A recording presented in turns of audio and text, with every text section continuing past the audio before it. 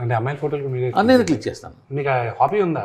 అది ఉంది నాకు కూడా. ఇప్పుడు కాదు. దగ్గరగా కొంచెం నేను సార్ నేను కిస్త్రీ కెమెరా దగ్గర నుంచి నేను నేర్చుకుంటూ వచ్చా. ఓకే, డెవలపింగ్ నేర్చుకున్నా. Sir that is the story అనుకోండి. ఇప్పుడు సరే కన్నప్ప దగ్గరికి వచ్చేద్దాం. సో మీరు స్ట్రైట్గా చెప్తున్నారు కాబట్టి మీ అకౌంట్స్ పుస్తకాల ప్రకారం కన్నప్ప బడ్జెట్ ఎంత?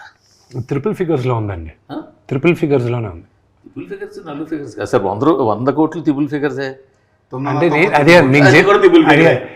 మరి అంత లేదు కానీ నేను ఈ నంబర్లు చెప్పి బుక్స్ ప్రకారం బుక్స్ ఎందుకు నేరుగా ఐటీ వాళ్ళు మా ఇంటికి పిలిపిస్తారా ఏంటి? ఆల్రెడీ ఇచ్చేదే కదా. అవును, అది బుక్స్లో ఉండేది అంత, దానికి మళ్ళీ సోర్సు అది ఇది 100 క్వశ్చన్స్ ఎంత క్లీన్గా ఉన్నా ఒకటి చెప్తానేనండి.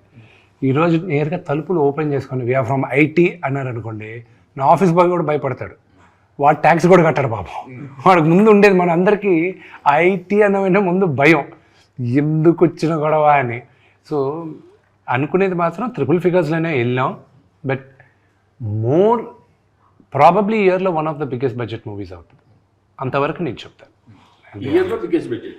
సో ఫార్ ఇప్పటి వరకు రిలీజ్ అయిన సినిమాల్లో it will be one of the biggest. ఈ ఇయర్లో రిలీజ్ అవుతున్న సినిమాల్లో మిగతా సినిమాలు ఏమున్నాయి పెద్ద బడ్జెట్లోనే? రాజాసాబ్ వస్తుంది. That could be bigger. That is definitely bigger. OG కూడా వస్తుంది. ఓజీ బడ్జెట్ ఎంత ఉంది? I don't know. Around I think it is around 200 crores or something. This will be bigger. Sir ఇప్పుడు 3 గంటల 5 నిమిషాల సినిమా మామూలుగా అయితే ఈ రోజు 3 hours 10 minutes. ఈ రోజులో సినారీ ఎలా ఉందంటే 3 గంటలు ఎప్పుడైతే దాటిందో దాన్ని 4 గంటలు చేసి 2 parts కింద విడగొడుతున్నారు. అలాంటి ఐడియా మీకు ఎవరు ఇవ్వలేదు? అంటే షూటింగ్ జరిగేటప్పుడు అందరూ అన్నారు ఇది 2వ పార్ట్ చేద్దామా అని. నేనన్నా కన్నప్ప కథ ఎప్పుడు వాడు కన్ను శివుడికి ఇచ్చేశాడు, శివుడు వచ్చి శివైక్యం అయిపోయిందో అక్కడికి అయిపోయింది. దాని తర్వాత లేదు. దాని తర్వాత మీరు క్రానికల్స్ ఆఫ్ కన్నప్ప అని ఏమైనా బిఫోర్ దేవుడు భక్తుడు ఏమైనా పెడితే అది ఓకే, కానీ ఇది కుదరదు. But see the whole idea, నేను కథ రాసుకున్నప్పుడు ఏంటంటే నాకు బాగా ఎక్సైట్ అయింది రాసే దాంట్లో. ఎంత మహాభక్తుడు అయ్యాడో కన్నప్ప అందరికీ తెలిసిందే. అంటే 63 నాయనార్లో ఇతను ఒక 13వ నాయనారుగా నిలిచిపోయాడు, ఒక ఆటవికుడు వచ్చాడు, ఓకే. బట్ ఇంత మహాభక్తుడు అవడానికి ఎంతగా ద్వేషించాలి దేవుణ్ణి, ఇతను ఎందుకు ద్వేషించాడు, ఫస్ట్ పాయింట్ రావాలి. ఇంతగా ద్వేషించి ఇలాంటి వాడ యూటర్న్ తీసుకున్నాడు అనేది కావాలి. సో ఆ graph was very interesting for me to right. That is the major story.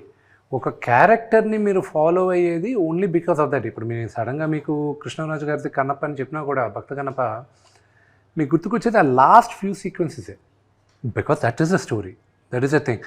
But what happened before that is what is important for me, and that is what నేను కల్పితం. That's all make believe. అది నేను prepare చేసుకున్నాను. అందుకే కథ అని మీ పేరు వేసుకున్నారా? కల్పితం, ఫాంటసీ. అంటే ఒరిజినల్ మూల ఇచ్చిన ఒక బేస్ ఐడియా వచ్చి, ఫస్ట్ ఐడియా కన్నప్ప బర్నీ గారు చెప్పిన తర్వాత నేను కథ పెద్దది చేసేసరికి క్యాన్వాస్ పెద్దది. నాకు I'm huge fan of lord of the rings తెలుస్తుంది మీకు. సో నేను కాలేజ్లో ఉన్నప్పుడే పుస్తకాలు చదివాను, కామిక్ బుక్ అదే నావెల్స్. దాని తర్వాత మూవీస్ వచ్చినప్పుడు I went extensively watching the movies. మళ్ళీ రింగ్స్ ఆఫ్ పవర్ వచ్చినప్పుడు కూడా అన్నీ చూశాను. ఫర్ మీ కన్నప్ప ఉండే వరల్డ్లో there was an opportunity for this, the world of Kannappa. And then I said okay, ఎందుకు మనం చేయకూడదు అన్న ఉద్దేశంతో చేసి బర్నీ గారు ఉండి, విష్ణు నువ్వు వెళ్ళేది నాన్న చాలా భారీ ఎత్తున ఉంది, నాకు 2-3 కోట్లు ఇచ్చావంటే నేను చేస్తాను, అంతగా నువ్వు అనుకున్న స్పాన్లో నేను చేయలేను, కథ నీకు ఇస్తాను, నువ్వు చేసుకోవాలి. 2015లో ఇచ్చేశాడు. అప్పటికి ఆయన వచ్చేటప్పటికి I had spoken to America నుంచి I had brought in story board artist. వాళ్ళతో శ్రీకాళహస్తికి వెళ్ళాం. అక్కడ ప్రధాన అర్చకుల్లో అప్పుడు బాబు గారు ఉన్నారు, ఆయన పోయారు. ఆయన చెప్పిన ఆయన ఇన్పుట్స్ అన్నీ తీసుకున్న తర్వాత కథ.